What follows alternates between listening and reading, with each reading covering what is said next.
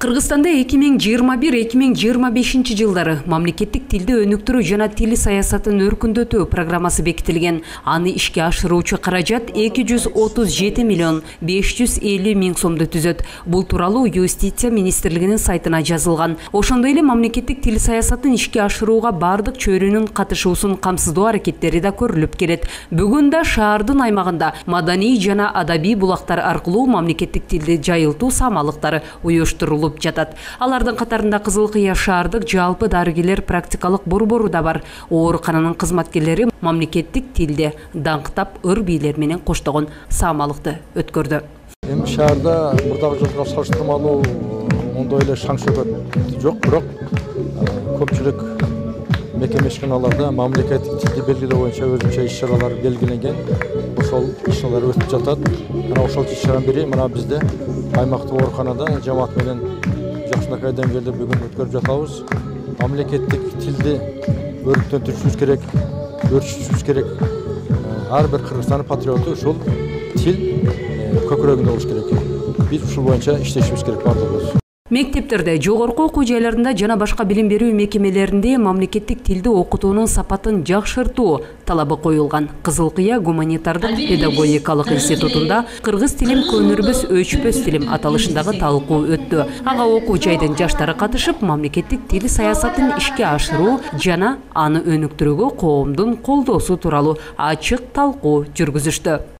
23 сентябрга жакын эле ушундай иш-чаралар болуп, өзгөрүүлөр болот, бирок ошондон кийин токтоо болуп калат да. Бул жыл бою кайталанып туруш керек да. Сөзсүз түрдө ар бир сөзсүз эле 23 сентябрь эмес, бул мамлекеттик тил болгондон кийин ар бир айда, жылында ошондо гана өнүктүрө алабыз да. Эгерде ушул майрамга каратып эле бир иш-чараларды уюштуруп эле өркүндөтүп койгонубуз менен ал ошол боюнча токтоп калат. Мындан тышкары шаардагы 3 кесиптик билим берүү лицейлеринде Баткенден эвакуацияланган жүздөгөн жаран жайгаштырылган. Аларга бүгүн 23 сентябрь мамлекеттик тилге карата майрамдык чыгарылыштар тартууланды. Маданий массалык иш-чаранын негизги максаты жаш бөбөктөргө туура тарбия берүү. Бүгүнкү күндө шаарыбызга 2000ге жакын эвакуацияланган жарандарыбыз бар. Алардын ичинде көпчүлүгү ушул биздин 3 кесиптик лицейибиздин жатаканаларында жайгашкан. Өзүңүздөргө маалым болгондой, ар бир жатаканада 100ге жакын киши бар. Ошолорго бүгүнкү мына 23 сентябрь кыргыз тилинин 33 жылдыгына карата маданий массалык иш-чараны өткөрүп атабыз. Анын негизги багыты болуп, ушул шаарыбызга келген конокторубуздун маанайын көтөрүү болуп эсептелинет. Себеби ошол мотураган бөбөктөрүбүзгө, ата-энелерине ушул кесиптик лицейлердеги бүгүнкү окуу жайларынын абалы жөнүндө, ал жерде берип аткан билимдин деңгээлин өздөрү жакындан көрүп таанышып атат. Ошо менен бирге эле ушундай маданий иш-чаралар менен көрүшүп, эртеңки биздин келечектеги муундарыбызга кандай шарттар түзүлгөндүгү тууралуу алар өздөрү күбө болушуп атат.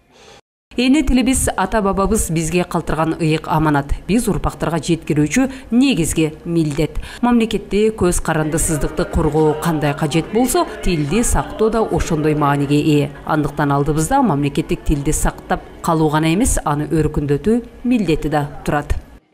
Алтынай Шабидинова, Мирбек Кайымов.